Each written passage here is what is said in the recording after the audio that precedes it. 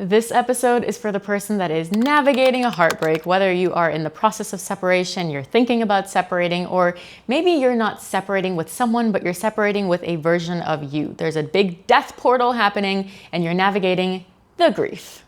And if you're someone that feels very, very deeply and often suppresses that either with Netflix or scrolling on Instagram/TikTok or just numbing yourself out, this episode is extra for you. I'm going to be going into different topics that help you see why you numb out and how to actually utilize that pain, that grief, and turn it into something, yes, orgasmic and pleasurable. Because I'm currently navigating a separation with my partner.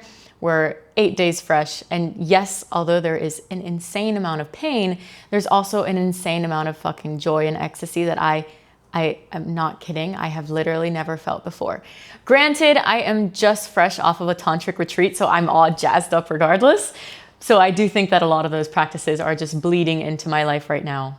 So I'm gonna help you understand how to utilize certain tantric practices to alchemize your pain. And he just texted me, what the fuck are the odds?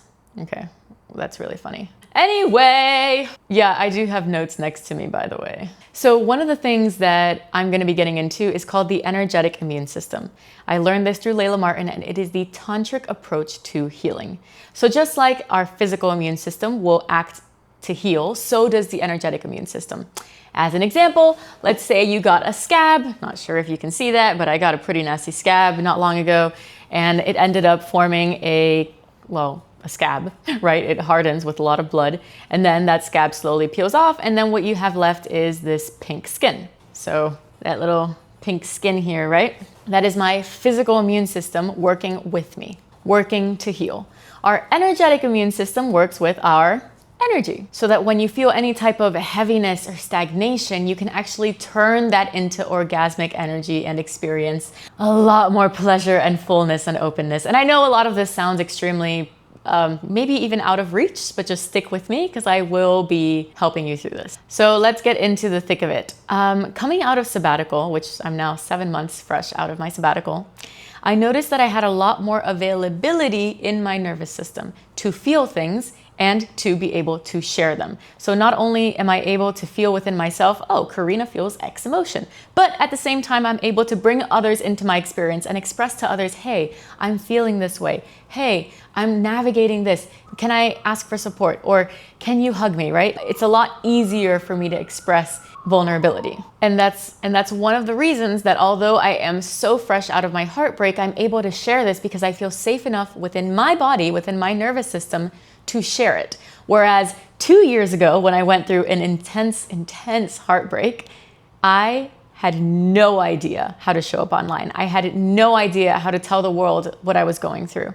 Instead, I numbed out with Netflix, specifically the show How to Get Away with Murder with Viola Davis. I love that show. And I was watching around 7 episodes a day. I kid you fucking not. I didn't know how to tap into my emotion. I didn't know how to feel. I didn't know how to validate myself. So I would seek for external dopamine hits to make me feel safe and at home in my own body. Dissociation was my fucking love language. And if you're watching this, something tells me that there's energetic resonance with us, and you have probably dealt with dissociation as well. And I'm actually very curious, if you're watching this on YouTube, please comment below, what is your go-to dissociation tactic? Is it Netflix? Is it having sex unconsciously? Like, what is the thing that you reach to?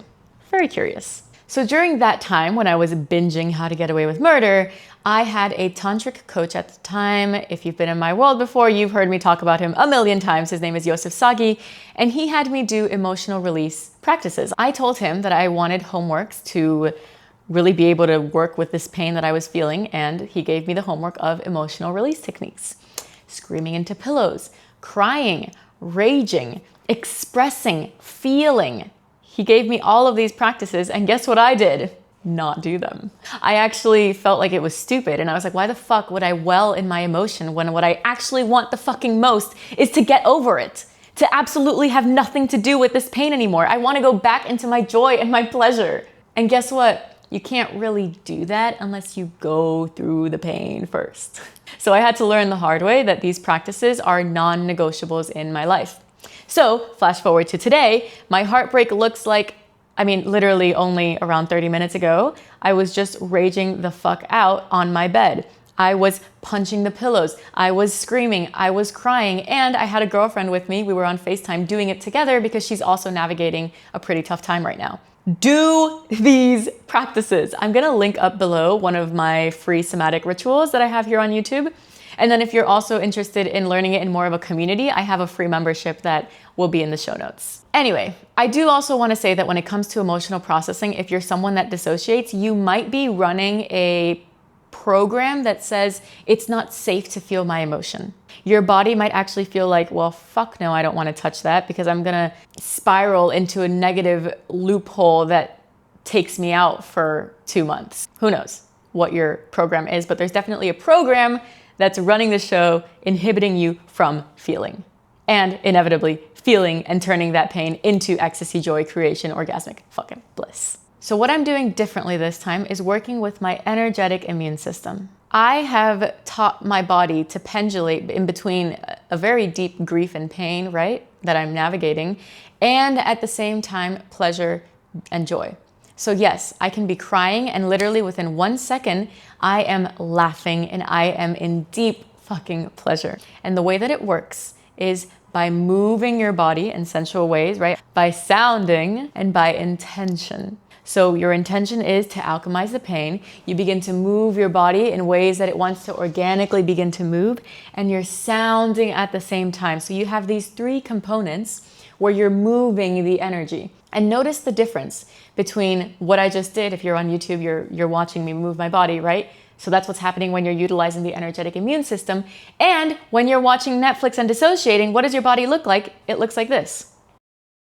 Stillness.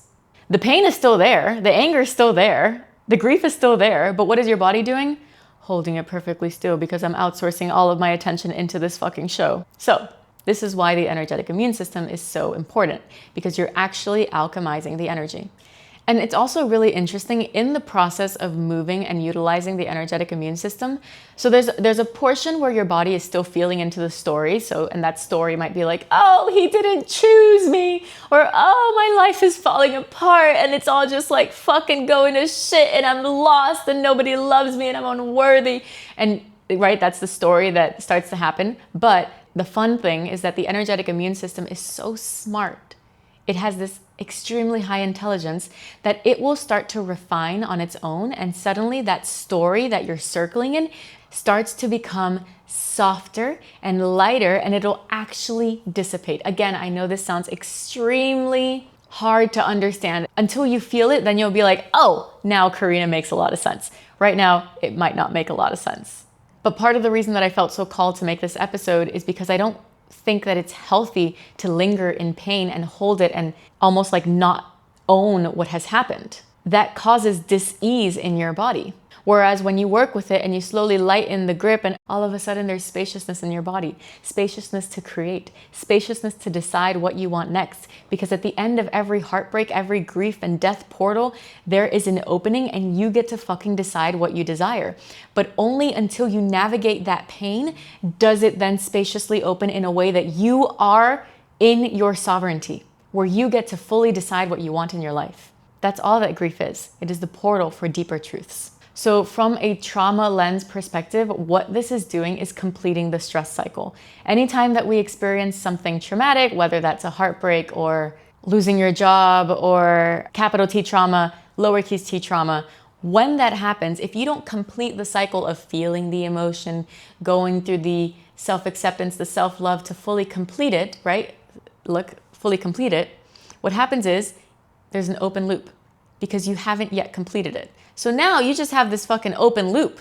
And the body is so wise and so intelligent that it will constantly create circumstances in your life for you to close that loop. So let's say that you experienced separation and you didn't fully own the emotion. You didn't fully come to understand what the lessons were for you and take self-responsibility of your own behavior. Then you're going to have this open loop.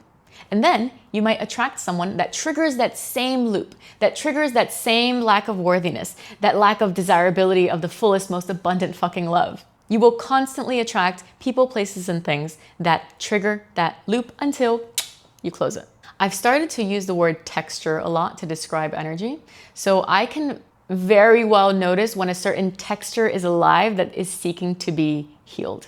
And I'll give you an example. When I was at this tantric retreat, obviously there's a lot that's moving and coming up to be healed. And there was one morning that I woke up. What was that story? I woke up in deep fucking pain. And I was like, why does this hurt so much? Like my body aches, everything aches. And then I realized, because I'm so trained in this work, I started to notice that the texture of what I was feeling was actually a memory from childhood.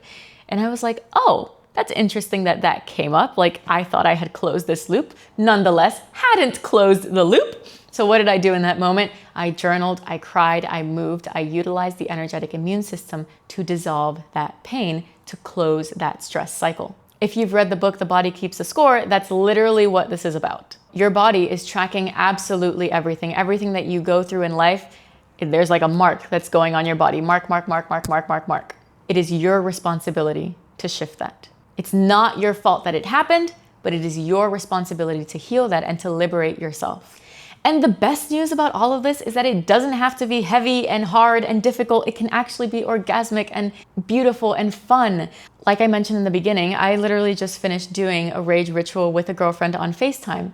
Although we were super hardened and upset and angry when we first started that call, after the call, we were in bliss and we were dancing and we were like, yes, and it was amazing because we utilized the energetic immune system.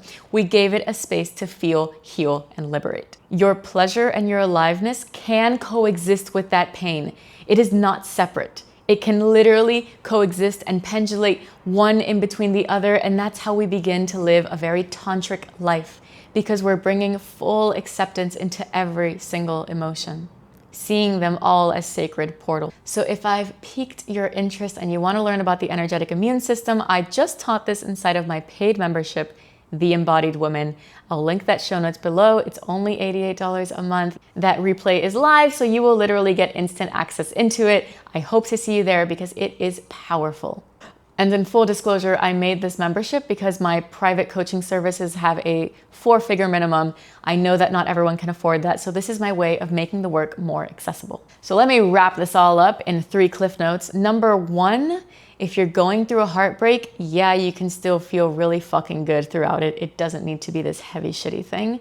Number 2, utilizing the energetic immune system is a hack, and I can't wait for you to use it. And number 3, get inside of my membership. What are you doing? What are you doing? It is so low cost, so much value. And on that note, if you love this episode, make sure to like it, subscribe, post it on your story, tell the fucking world, because the more that people become alive in their bodies, the more we begin to shift the collective. We don't need more people stuck in their heads. We need more people that are alive and energized and fully attuned to their unique intelligence. It is not a year to play small. It is a year to fully fucking own who you are. So don't let heartbreak get in the way of you expanding into your highest potential. All right, my loves, I will see you next time.